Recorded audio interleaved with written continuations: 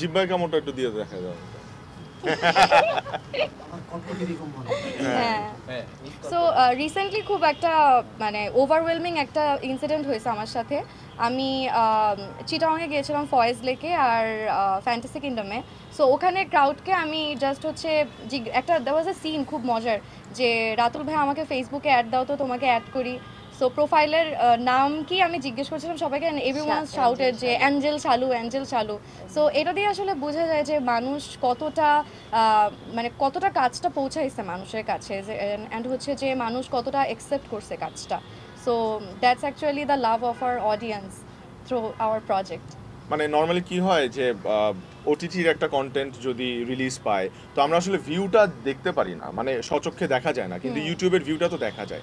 So হ্যাঁ, অনেক কিছু মানে এটা নিয়ে অনেক কন্ট্রোভার্সি আছে যে ভিউ ভালো হওয়া বা ভিউ বেশি হওয়া নিয়ে মানে নাটকের কোয়ালিটি ভালো হয় বা হয় না, এই সব কন্ট্রোভার্সিতে আমরা যাচ্ছি না। কিন্তু আমি বলতে চাই যে এই স্বচক্ষে যে আমরা দেখতে পাচ্ছি যে 8 দিনে অলমোস্ট 1 কোটি ভিউ, মানে আর কয়েক ঘন্টার মধ্যে মনে হয় 1 কোটি ভিউ হয়ে যাবে, এবং 30,000 কমেন্ট, এটা কিন্তু it's not a piece of cake. মানে এটা অন্য নাটকগুলোও আমাদের রিলিজ পাচ্ছে, অন্য চ্যানেলগুলোতেও রিলিজ পাচ্ছে, আমরা তো দেখতে পাচ্ছি যে কমেন্ট সর্বোচ্চ আসে 5,000 অথবা 10,000, কিন্তু 30,000 এক্সট্রা অর্ডিনারি। তো এক্সট্রা অর্ডিনারি আমি কোন সেন্সে বলছি, যে নাটকটা যেই দেখছে একটা কমেন্ট সে রেখে যাচ্ছে, সে হয়তোবা তার মূল্যবান সময় থেকে ওই একটা কমেন্ট সে করে যাচ্ছে।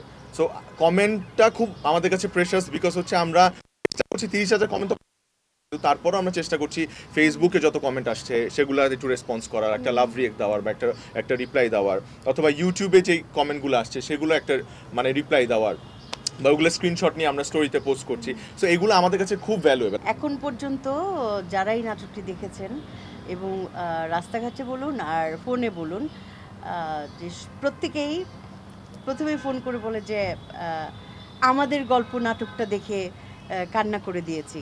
মানে দেখলাম যে 90% মানুষ আমাদের গল্প বলছে, কারণ তারা এই গল্পের সঙ্গে এতটুকুই কানেক্টেড হয়ে গেছে, এত বেশি কানেক্টেড হয়ে গেছে যে সবাই সবার নিজেদের গল্প ভাবছে। এটাই আমাদের তোমাদের গল্পের সার্থকতা, যে তারা বলছে আমাদের গল্প, মানে সবাই যার যার সাথে কানেক্ট হতে পারছে এই গল্প থেকে।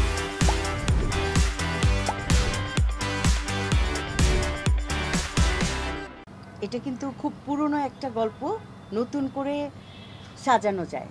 আসলে গল্পের তো কোনো শেষ নাই, কোটি কোটি গল্প আছে পৃথিবীতে।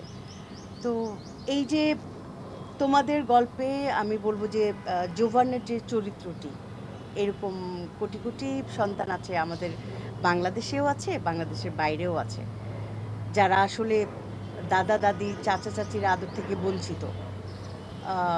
যেই বিষয়টি এসছে যে তার বাবা পরিবারে অমতে বিয়ে করেছে, সেই জন্য তাকে আর তারা ডাকেনি, কিন্তু আসলে এইটাই খুব পরিষ্কারভাবে বোঝানো হয়েছে যে আপনজন সে যেখানেই থাকুক, আপনজন একটা কথা আছে, আপনজন খালেই থাকুক আর বিলেই থাকুক, আপন কিন্তু আপন মানুষ। আপন মানুষকে কখনো পর করে দিতে হয় না। সে একটা ভুল করতে পারে, কিন্তু তাকে পর করে দিলে কি হয়, তার ভবিষ্যৎ প্রজন্ম পর হয়ে যায়। তখন তার ভবিষ্যৎ প্রজন্ম, যেই ছেলেটি কিংবা মেয়েটি, সেও কিন্তু এই পরিবারের আদর থেকে বঞ্চিত হয়। তোমাদের গল্পের স্টার্টিংটাই তো একদম আমার কাছে সিনেমার মতো লেগেছে, ফিল্মের মতো। যে এটা ফার্স্ট ইউটিউব ফিল্ম, আসলেই এটা ফিল্ম। যে রাতুল যখন আসছে, এই যে বাস থেকে মুখটা বাড়ালো, আমার কাছে অদ্ভুত লেগেছে। আমি আমি একদম দর্শক হয়ে পুরো নাটকটি দেখেছি, বুধ হয়ে দেখেছি।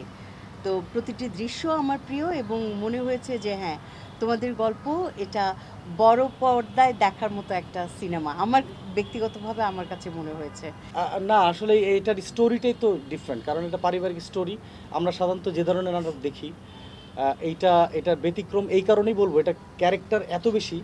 আমরা সচরাচর যেসব নাটক দেখি সেটাতে ক্যারেক্টার ওরকম দেখি না। আমাদের এখানে মানে পর্যাপ্ত ক্যারেক্টার রাখা হয়েছে। সো এখানে মানে ঘাটতি নাই, যেটা একটা মানে পারিবারিক স্টোরি দেখানোর জন্য যেটা দরকার, আশা করি ডিরেক্টরের মানে ম্যাজিকটা ওইখানেই ছিল।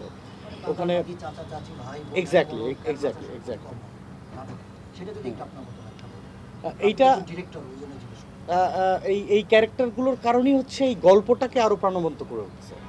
হ্যাঁ, কারণ এখানে ক্যারেক্টার কম থাকলে হয়তোবা প্রপার গল্পটা আমরা এস্টাবলিশ করতে পারতাম না।